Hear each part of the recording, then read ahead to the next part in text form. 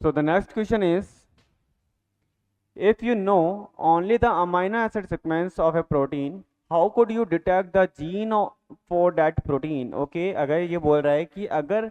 आप जानते हो ओनली अमाइनो एसिड सीक्वेंस के बारे में प्रोटीन के, कि अमाइनो एसिड की सीक्वेंस क्या है, ठीक है, प्रोटीन की, तो उस प्रोटीन के अगर मैं ये बोल रहा हूँ ये प्रोटीन है, एन टर्मिनल है और ये सी टर्मिनल है, और इसके अंदर लाइक अमाइनो एसिड है बहुत सारे,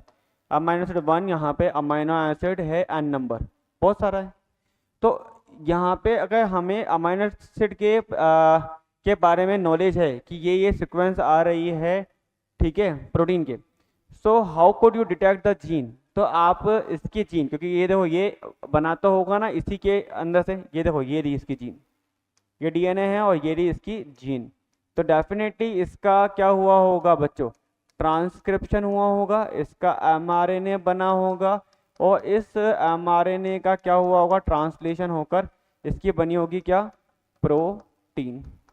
तो अगर आपको प्रोटीन की सीक्वेंस पता है और आपसे पूछा जाए जीन की सीक्वेंस बता दो, तो हाउ कैन वी आइडेंटिफाई? तो एक काम करो, इस प्रोटीन को एज ए प्रॉप मान लो, इसको एज ए प्रॉप मान लो, और एक काम करो हाइब्रिडाइज करा लो, किससे, इस जीन से, पर्टिकुलर जीन से, तो जहाँ बाइंड करेगा हमें पता चल जाएगा,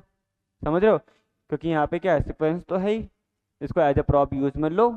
बाइंड करा के देखो, अमाइनो एसिड पता है अगर आपको, सेरिन है, वेलिन है, ठीक है,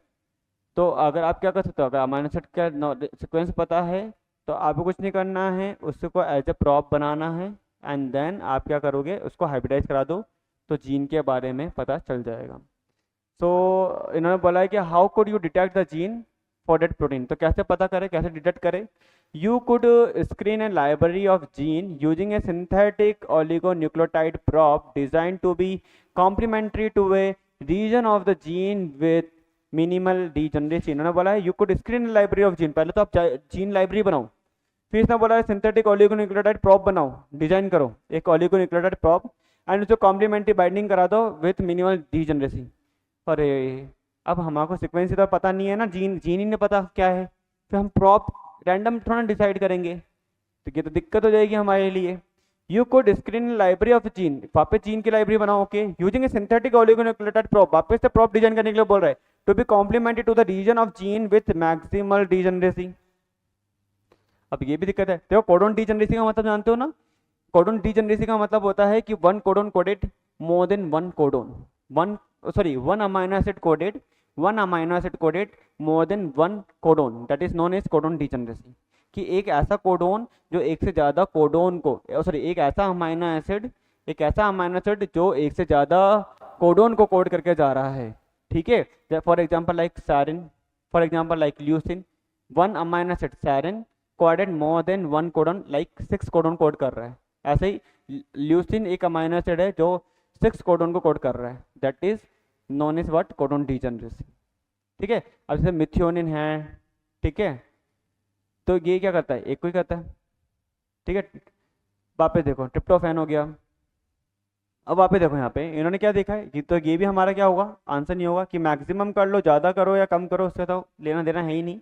इन्होंने बोला you could screen a library of a gene using A synthetic oligonucleotide prop of random sequence, random sequence कर लो, तो रैंडम सीक्वेंस बाइंड भी तो रैंडमली करेगी, जीन के बारे में कैसा पता चलेगा हमारे को, तो गलत। You could screen a library of a gene, आपने एक लाइब्रेरी ऑफ जीन बनाई, बना लेते हैं, using the protein itself as a prop, protein को आपने क्या कर लिया है, itself as a prop use में लिया है, तो वो प्रॉप क्या करेगा, बाइंड करेगा स्पेसिफिक जगह पे, तो बता देगा जीन क्या है, समझ रहे हो। सो आंसर क्या हो जाएगा हमारा, डी हो जाएगा, ओके, नोट करो।